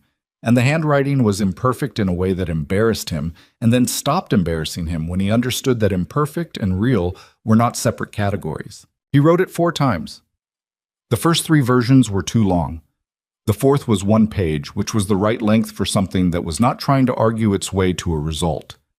He sent it to the address Gallo had given him, not the rented property from 4 years ago, but a new address, the address of the life that Serafina had built while he was becoming someone tolerable. He did not know what that life looked like. He knew only that it existed and that it was entirely hers. He put the letter in the mail and went back to Lisbon and waited. Serafina read the letter on a Tuesday morning. Leon was at school. He attended a small private school 15 minutes from the house, had been there for 2 years, had 2 best friends, and a teacher he adored, and a collection of painted rocks he kept on his windowsill with the serious curatorial attention of a 4-year-old who has found his medium. He did not know his father's name.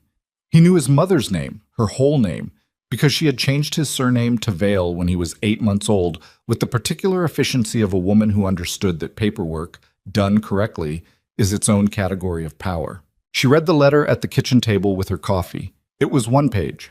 She read it once, quickly, the way you read something you're bracing for.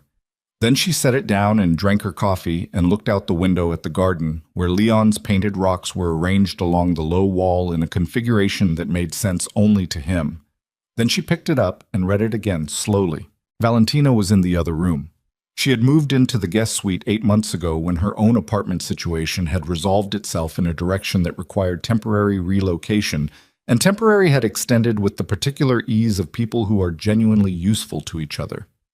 She appeared in the kitchen doorway with her own coffee and looked at Serafina's face and then at the letter. "From him," she said. "Yes." Valentina sat down across from her. She did not ask to read it because they had an arrangement about privacy that had been worked out in the second year of the new life and functioned well. "What does it say?" "That he wants to see Leon." Serafina set the letter down again. "That he's not asking for anything else. That he understands if the answer is no, and he will accept it." She paused. "That he is sorry. In specific terms, not general ones." "Specific."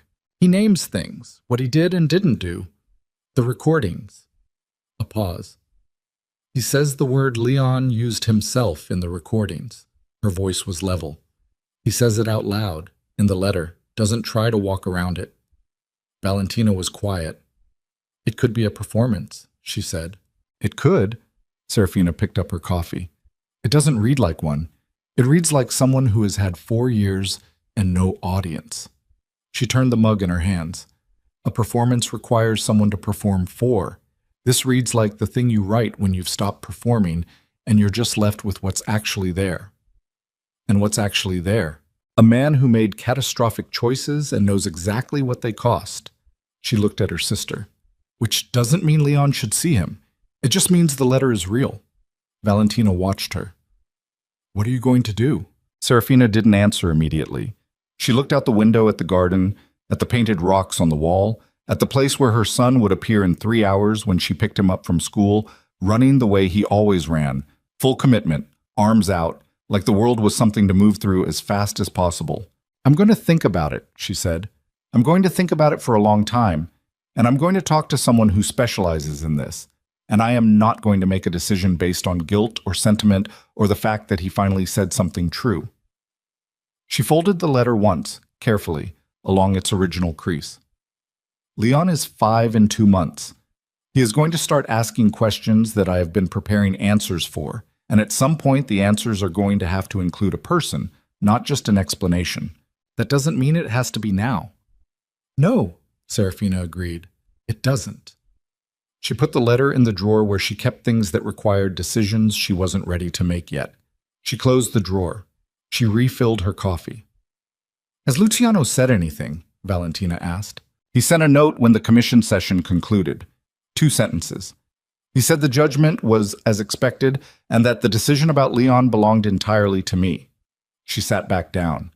"He also said, and this was not in the note, this was separately, last month, that in 40 years in this world, he has seen exactly 3 men change in a way that was actual rather than operational." She looked at Valentina. "He did not tell me whether Dante was one of them." "Why not?" "Because he said it wasn't his place, and also because he said I was the only one who would be able to tell, eventually, and that eventually was the operative word." She drank her coffee. "He's right. It's always been the operative word." The commission session that nobody expected happened 6 weeks later. Not a formal gathering. A request, submitted through proper channels, from a source that surprised every elder and captain who received notification of it. The request came from Celeste Romano, who had been living in Monaco for 4 years on assets that had been substantially reduced when the Commission's financial audit recovered 7.3 million of the 11 million she had extracted, leaving her with the remainder and a reputation that had followed her out of Italy with the persistence of things that travel attached to names. She requested to appear before a subcommittee of the Commission. She had new information, she said. The information concerned Dante Moretti and a decision she had made and the recording she had submitted 4 years ago and a specific conversation she had not included in her testimony. Luciano received the request and sat with it for 48 hours before he approved it. He was not certain about her motives. He was never certain about the motives of people who arrived bearing information at convenient moments, because in his experience, such people were primarily motivated by the inconvenience of their current circumstances. But the information, whatever it was, existed independently of her motives, and information had its own requirements. The subcommittee met on a Wednesday. Celeste Romano appeared without a lawyer. She was 43 now, still carried herself with the particular precision of a woman who has spent her life understanding how she is perceived, but there was something different in the set of her face, a kind of exhaustion that high maintenance cannot fully conceal, the specific fatigue of someone who has been performing a version of themselves for a long time and is possibly running out of the energy required to sustain it. She sat across the table from 3 commission elders and Luciano De Luca, and she put a device on the table. "There is a recording," she said, "that was not included in the materials I submitted 4 years ago." Luciano looked at the device. "Why not?" "Because 4 years ago it was useful to me to withhold it." Her voice was careful, not remorseful. She was not presenting herself as remorseful, which Luciano noted with a kind of respect for its honesty. "It no longer serves my interest to withhold it, and it may serve someone else's interest to have it, so I am here." "What is on the recording?" one of the elders said. "A conversation between myself and Dante, from approximately 5 years ago. Before—" She paused.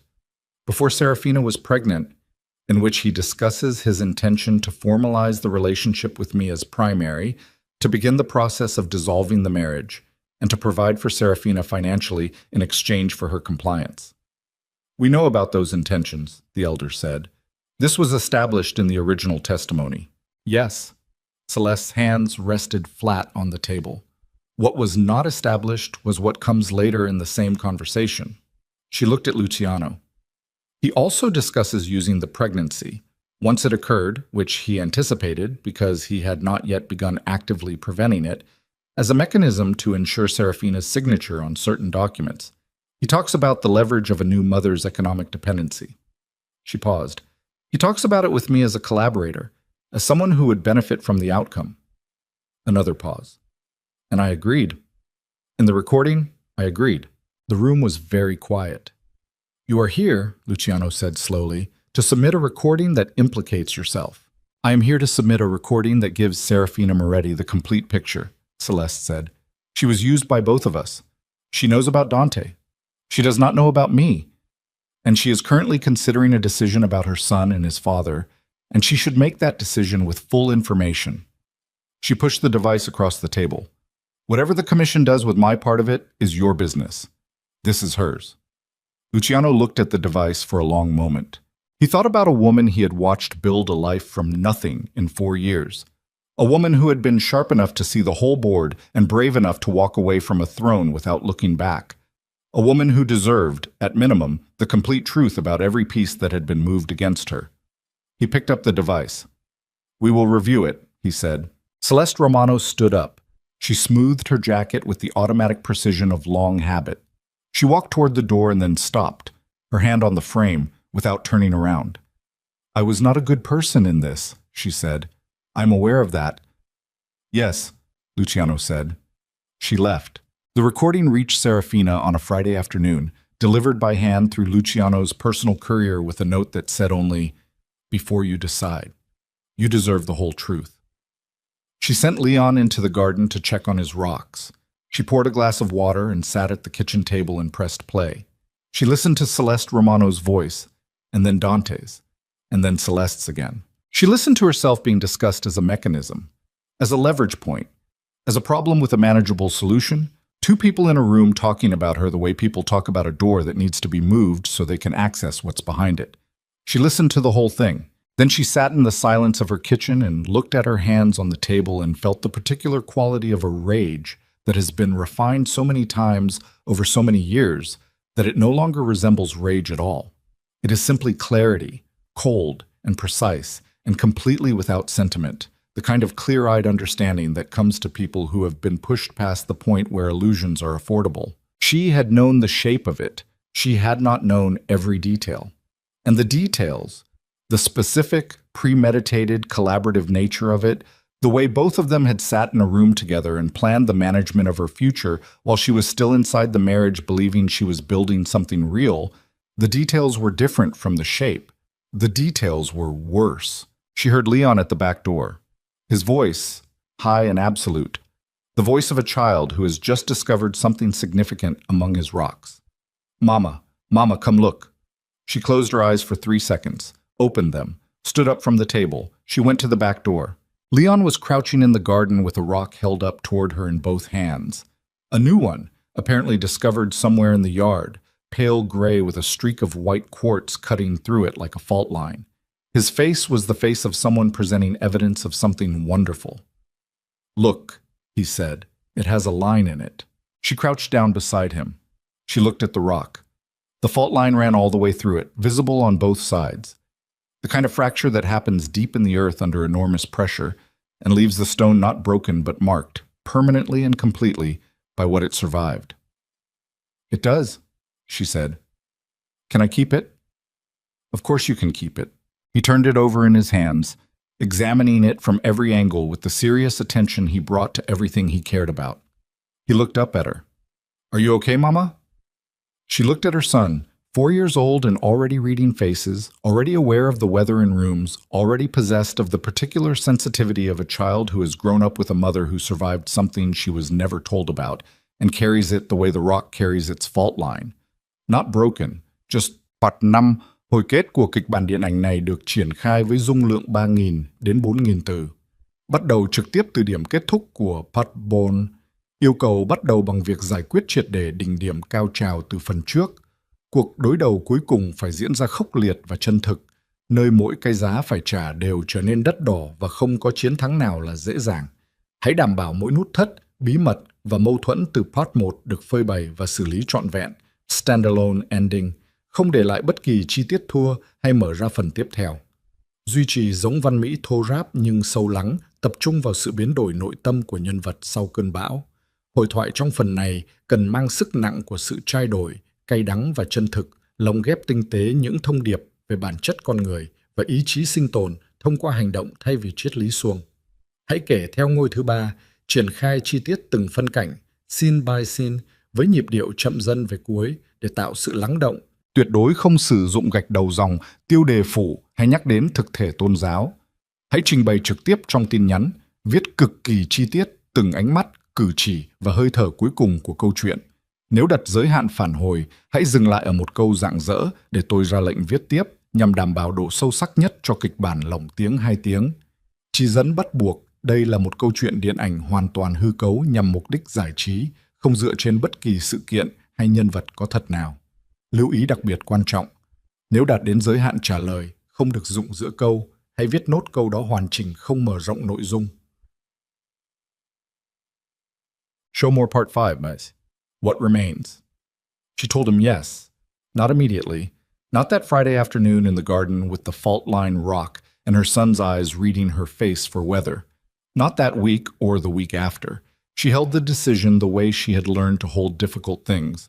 Not clutching, not pushing away, but keeping it present and turning it over in the light at regular intervals until she understood all of its surfaces. She spoke to a child psychologist named Dr. Maren Alves, who worked with families in transition and had the particular quality of someone who had heard everything and been shocked by nothing and still managed to be genuinely present in the room. She met with Maren 4 times over 6 weeks. She described the situation in full, not the version she told to people who didn't need the whole truth, but the complete version, including the recordings and the letter and the fault line rock and the way Leon already read faces. Maren listened to all of it and then asked 3 questions, which were the most useful 3 questions Serafina had encountered in 5 years of making decisions alone. The first was, what does Leon need specifically, as opposed to what you believe he deserves to be protected from? The second was, can you make this decision in a way that is reversible if you are wrong? The third was, who are you making this decision for? Serafina went home and sat with those questions for 11 days. Then she wrote a letter of her own. Dante received it in Lisbon on a Tuesday. He recognized the handwriting on the envelope before he recognized the return address. The particular way she formed her capital S, which he had seen on household notes and shopping lists, and once on a birthday card she had written in the first year of their marriage, before he had sufficiently discouraged softness by failing to respond to it adequately. He took the envelope inside and set it on the kitchen table and looked at it for a while before he opened it. He had not allowed himself to expect a specific answer. He had made the mistake of certainty too many times to repeat it in this direction. But he would have been dishonest with himself if he claimed he felt nothing sitting in front of that envelope, that some new and uncomfortable thing had not been residing in his chest since the day he mailed his own letter and begun waiting for the math to resolve. He opened it. It was 2 pages. The first page was conditions. They were specific and comprehensive and showed the handwriting of a woman who had spent a great deal of time thinking carefully about what she would and would not accept, what could be monitored and what could not, what Leon would be told and when and how, and what the consequences would be of any violation. They were not punitive conditions. They were the conditions of a woman who understood exactly what she was offering and exactly what it cost her to offer it, and who was not going to pretend that generosity and vigilance were mutually exclusive. The second page was one paragraph. He read it 3 times. You will meet him when he is ready, not when you are. I will decide when that is. You will not contact me to ask. You will not contact Luciano to inquire on your behalf. You will not measure the waiting against your own timeline, because your timeline is not the operative one and never will be again. If you understand this, actually understand it, not as a condition you accept in order to get what you want, but as the simple truth of what you surrendered when you made the choices you made, then we can begin. I am not forgiving you. I am making a decision about my son's future, which has always been a different thing. He set the letter down. He sat in his Lisbon kitchen with the afternoon light coming through the window and the distant sound of the waterfront. He had been running for 4 years, and he felt the particular weight of being given something he had not earned, offered not out of mercy, but out of the specific pragmatic love of a mother who had decided that her son's wholeness mattered more than her own justifiable refusal. It was, he understood, the most generous thing anyone had ever done for him. He picked up the letter again and read the conditions page with the complete attention of a man committing terms to memory, not as restrictions, but as the structure of the only thing he had left that was worth treating carefully. Then he sat down and wrote back. 2 sentences. I understand. Tell me when. He met Leon on a Saturday morning in October, in a public park in a city that was not Lisbon and not Naples, and not anywhere connected to the life that had preceded this one. Serafina had chosen the location with the methodical precision she brought to every decision now, open, visible, with 2 of her people positioned at unobtrusive distances, and Valentina at a cafe across the street with a clear line of sight and a phone she was prepared to use without hesitation. The conditions had been reviewed and confirmed by Marin, who had also prepared Leon for the meeting in the specific and age-appropriate language of a professional who understood that children can hold more than adults typically credit them with, provided they are held while they hold it. Leon knew he had a father. He had known this, in the simple factual way of a child who has been given honest information calibrated to his age, since he was 3 and had asked the question directly, which children always ask more directly than their parents are prepared for. Serafina had told him that his father lived far away and that she and his father did not live together, and that this was a complicated grown-up situation and that none of it had anything to do with Leon himself, who was wanted and loved completely. She had delivered this information without trembling, which had required a level of self-possession she considered one of her genuine achievements. Leon had accepted it with the pragmatism of a child who has been given a clear answer and found it sufficient for the moment, reserving the right to return to the topic with additional questions as they occurred to him, which he did approximately every 3 months, the questions growing incrementally more complex as he grew. For this Saturday, Marin had told him that he was going to meet his father in a park. She had told him it was okay to feel whatever he felt, and that his mother would be there, and that nothing was required of him except to be himself, which he was very good at. Leon had thought about this for a moment and then asked if he could bring a rock. Marin had said yes. Dante arrived 7 minutes early and stood at the park entrance in a jacket that was not expensive, holding nothing, watching the gate. He had thought about this moment for 4 years in the abstract and for 6 weeks in the specific, and in all of that thinking he had never arrived at a version where he felt prepared. He had made peace with that. Preparation was a form of control, and control was exactly what he was here to surrender. He looked ordinary. This was new. 4 years of Lisbon and running and anonymity had produced a man who looked like someone you might pass on a street without registering. No armor, no performance, no particular claim on the space around him. He was 51. The temples had gone completely gray. There were lines in his face that had not been there 5 years ago, or had been there and had not been visible through the surface he'd maintained. He saw them coming from across the park. Serafina first. She walked the way she had always walked, with the upright particular bearing of a woman who had learned early that the body communicates authority before the mouth opens. But there was something different in it now. The difference between a bearing maintained under pressure and a bearing that had become natural. She had grown into her spine. There was no other way to describe it. And beside her, holding her hand with one hand and a rock with the other, was Leon. Dante's chest did something he had no vocabulary for. The boy was 4 years old and built like something that had been designed to move through the world at full speed. Compact and energetic, and currently examining everything in his peripheral vision with equal enthusiasm, the way children do when the world is still comprehensively interesting. He had Serafina's eyes.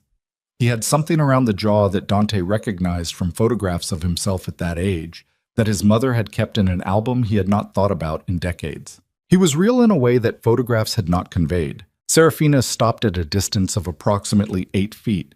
Her eyes met Dante's and held them with a steadiness that communicated several things simultaneously. That she was here, that she was watching, that this moment had cost her something she would not name, and that she had paid it anyway. Her face was not warm. It was not hostile. It was the face of a woman who has moved past the territory where warmth and hostility are the primary options and arrived somewhere more complex and more honest than either. "Leon," she said quietly, "this is your father." Leon looked at Dante. Dante looked at Leon.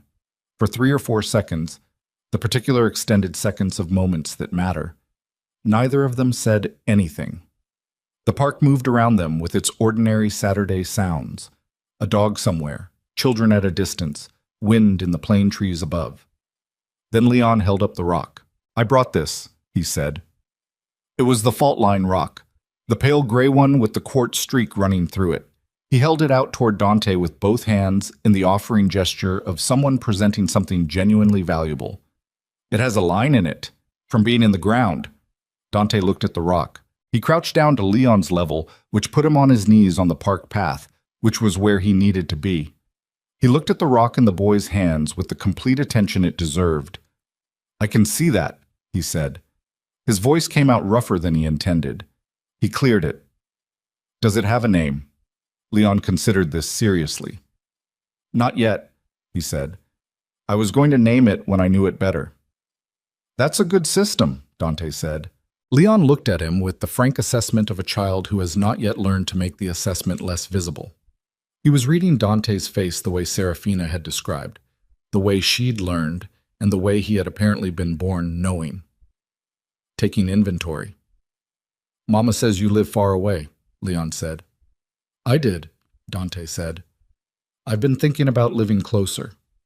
"Why did you live far away?" The directness of it. The simple, undeflectable arrow of a 4-year-old's question aimed at the exact center of the thing. Dante held it for a moment. He was aware of Serafina watching. He was aware that this was the test. Not the commission hearing, not the 4 years, not the letter. This. What he said to his son right now, on his knees on a park path in October. "Because I made some bad choices," he said. "And I needed a long time to understand why they were bad, and to become someone different." Leon processed this. "Are you different now?" "I think so," Dante said, "but I think you get to decide that, not me." Leon looked at him for another moment. Then he held the rock out further, offering it directly. "You can hold it if you want," he said. Dante took the rock from his son's hands. He held it carefully, feeling the weight of it, the quartz line under his thumb. Leon watched him hold it with the satisfied expression of someone whose offering has been received appropriately.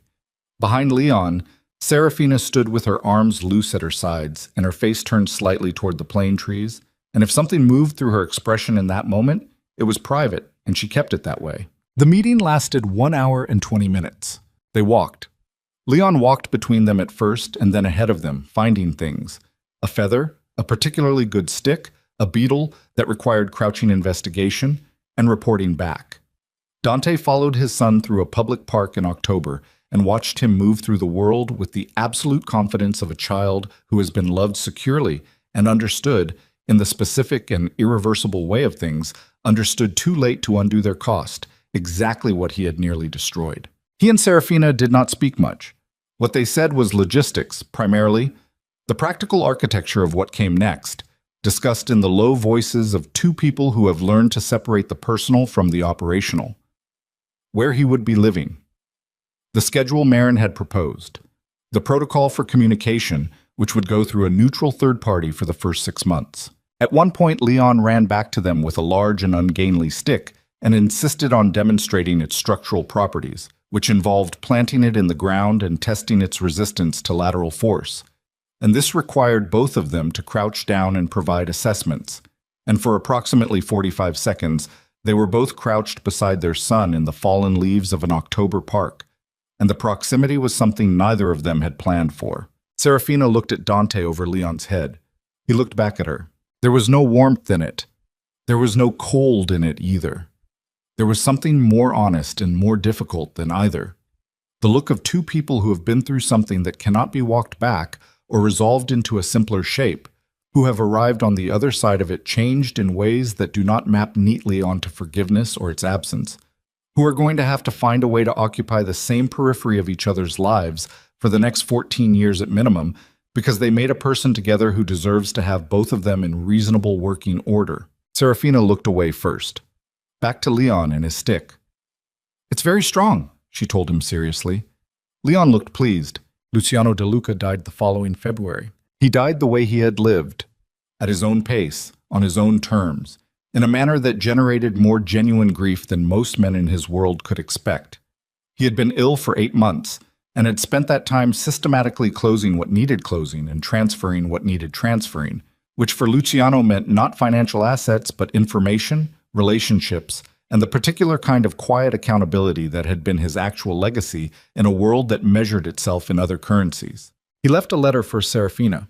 It was 3 pages, which was long for Luciano, and it covered several things that she had not known.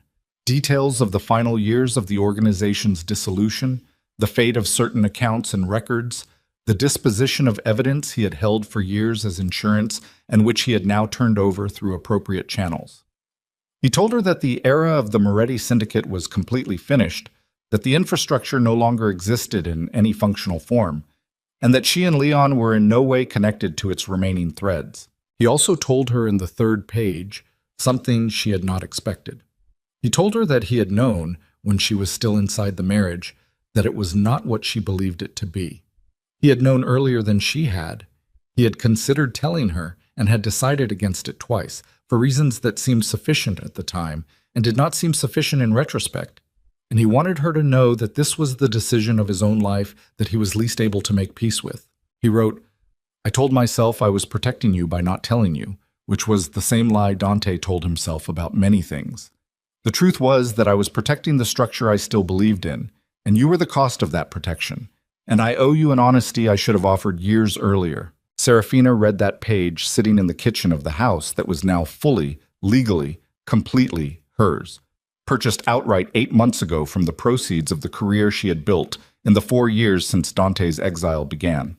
She had gone back to her original field, the one she'd had before the marriage, the one she'd been good at, financial consulting, specifically the forensic kind, the examination of money trails and account structures, and the places where numbers stopped adding up. It turned out that 5 years inside a criminal organization's financial operations was, with the right reframing, an exceptional qualification. She had clients. She had a reputation that had been built on her own name, her own work, her own precision. The name on her professional materials was Serafina Vale, which was also the name on her son's school records and his pediatrician's files, and the mortgage on the house, and every other document that constituted the architecture of the life she had built from the ashes of the one she'd left.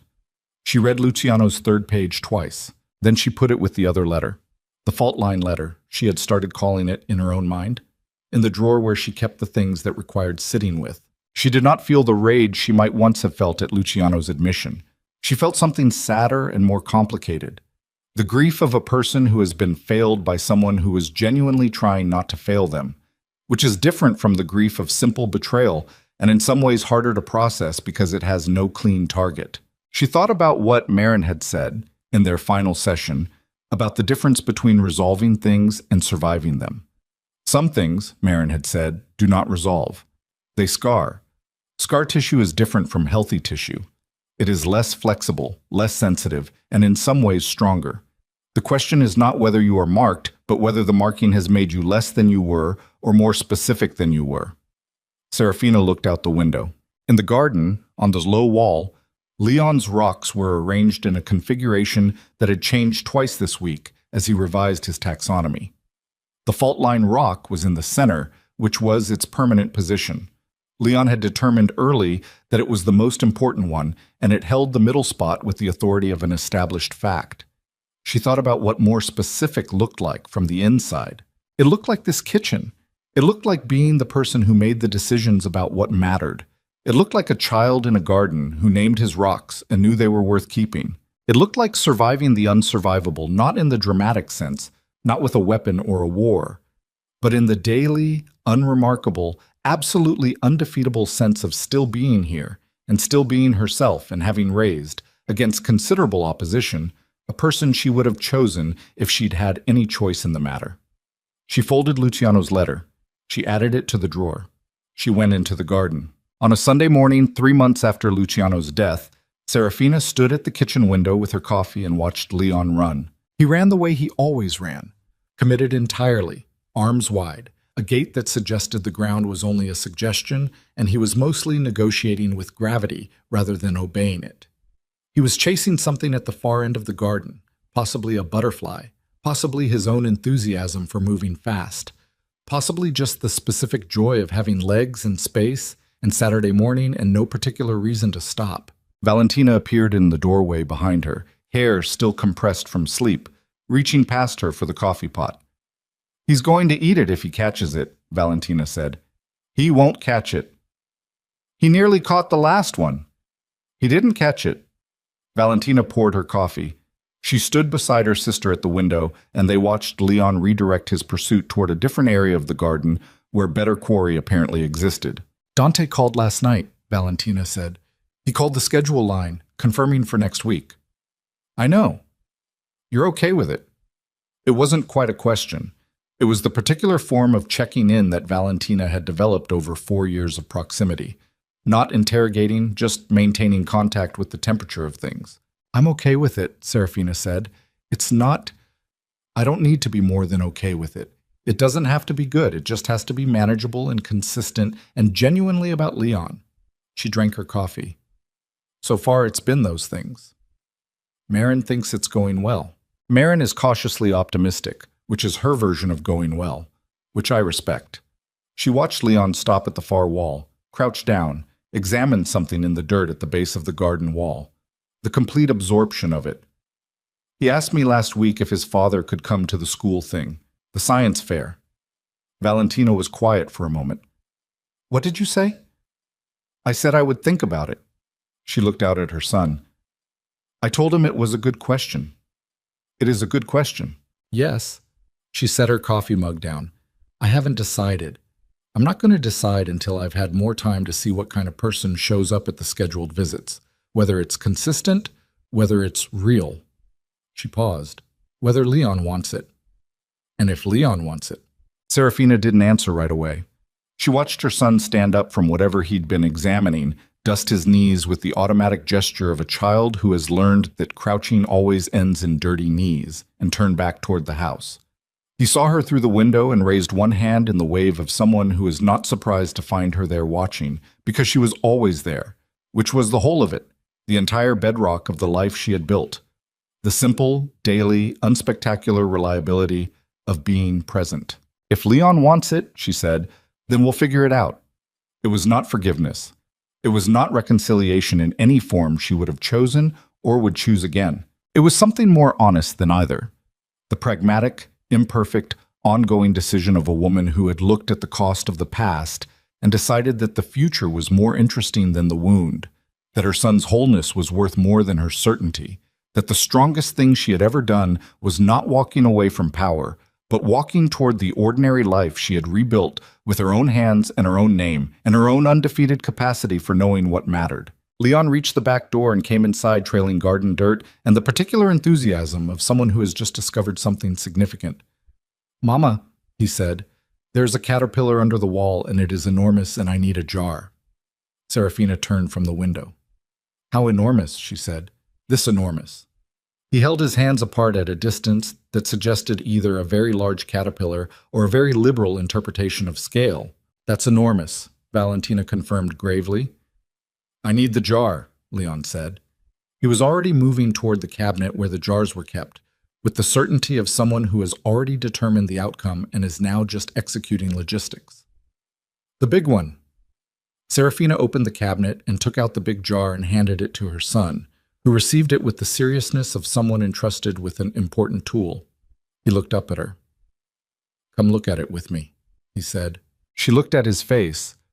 4 years old and already so specifically himself, already the person he was going to be, in outline, the way landscapes exist in outline before the light fills them in.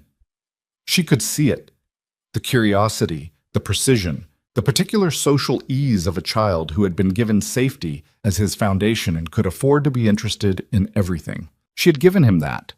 Not with the empire, not with the name, not with any of the things that had been available to her, and that she had walked away from.